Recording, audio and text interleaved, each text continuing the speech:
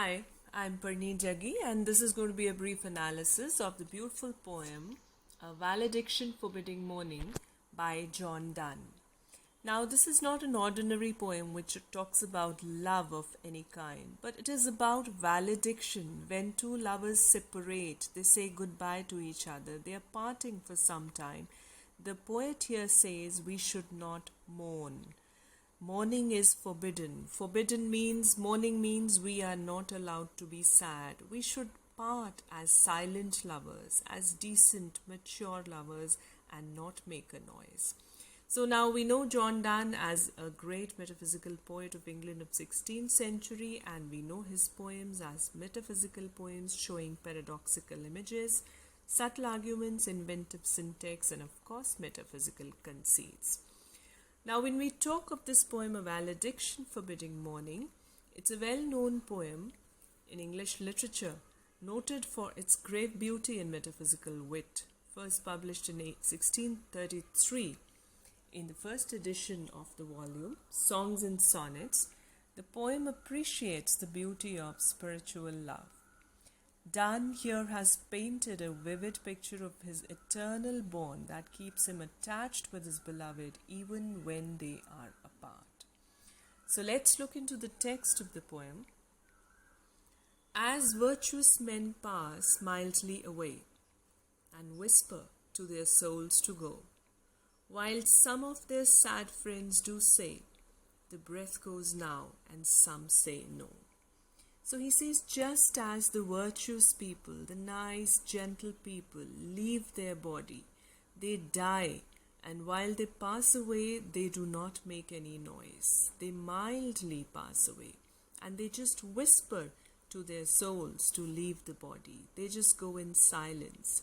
While some of their friends may be sad at their death, at their departure, and they may even not want them to die, but the virtuous people silently, gladly leave the world. So let us melt and make no noise, no tear floods, no sigh tempests move. 'Twere profanation of our joys to tell the laity our love. He says, so let us also, we two lovers, melt and make no noise while we are separating. Let us desist, let us avoid shedding any tears or heaving sighs and creating storms in the world. Now, tear floods and sigh tempests here are example of exaggeration, hyperbole. He says it were profanation, it would be an insult, it would be a disgrace to our love if we show all this noise to the common people. Laity means the common people. We do not have to display any kind of sadness or remorse at our separations. Let's be mature lovers. Moving off the earth brings harms and fears. Men reckon what it did and meant, but trepidation of the spheres, though greater far, is innocent. He says we know the movement of the planets. When the earth moves irregularly, it causes earthquakes. And we are afraid. Harms and fears give us all that fear that we would not want it to happen. Men reckon what it did. Then people try to calculate the exact destruction or the exact damage that the movement of the earth has caused. Whenever there is an earthquake, there is a lot of fear, there is a lot of panic in the world, and people try to calculate what has happened. But he says, trepidation of the spheres. Trepidation is the regular movement of the spheres, the heavenly bodies, though greater far is innocent. This movement is so innocent, it is so peaceful, although it is on a greater, larger level, but it is so innocent, it is so calm, it is so composed, that we do not even come to know of this movement of earth. Dull sublunary lovers love, whose soulless sense cannot admit absence, because it doth remove those things which elemented it. So he says the dull sublunary lovers. Sublunary means the lovers of the low kind of love. The people who are engaged in physical love or temporary love or mean love, or love which is not of such a quality as ours, spiritual love, it is not spiritual. So he says that kind of a dull love, whose soul is sense, who are based on the sense organs, who are based on the physicality of love, cannot admit absence. They do not actually approve of absence of lover. Why? Because they are in love with the body parts, they are in love with the physical beauty. So when the physical beauty is removed, they cannot take that absence. He says, but we are not such kinds of lovers. But we by a love so much refined, that ourselves know not what it is, enter ashort of the mind, care less eyes, lips, and hands to miss. But he says, on the contrary, we are on a different plane of love. Our love is so refined that we ourselves do not know what kind of a stature we are on, what kind of a love we are experiencing. It is so pure, it is so noble. Enter ashort of the mind, care less. We do not care about the physical features or the physicality or the physical components of the beloved. We do not care about the eyes, lips, and hands, and we do not miss these features, because our love is holy and spiritual, not physical. Our two souls, therefore, which are one, though I must go, endure not yet a breach, but an expansion, like gold to airy thinness bead. So he says, our two souls are two, but they are one, because we experience communion. We are spiritually united. Though I must go, I am going to a different land, I am separating from you, but we are not enduring or experiencing a breach. Breach means it is not a cut. It is not a kind of a breakage, but it is an expansion. Our love is an extension. This separation is an extension and not a cut.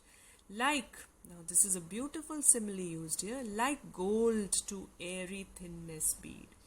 Just as gold is a malleable metal and it can be beaten into thin ornaments or thin pieces or thin wires, just as gold can be beaten and made thin and expanded just like an airy thinness, similarly, our love can also face this expansion. If they be two, they are two so, as stiff twin compasses are two. Thy soul, the fixed foot, makes no show to move, but doth if the other do. Now, this is the most iconic metaphysical conceit that we have in Donne's poetry. Now, he says, for example, if they be two, they are two so. If we are two souls, then let's consider that these are two souls just as the twin compasses are two. We have a compass in geometry. We use the compass to draw a circle. He says, just that there are twin legs, two legs of a compass. You are one leg. Your soul is the fixed foot, which is fixed in the center. It doesn't move. It makes no show to move, but doth if the other do. But if the other leg is opened, it draws a circle, then the middle leg also moves a little bit.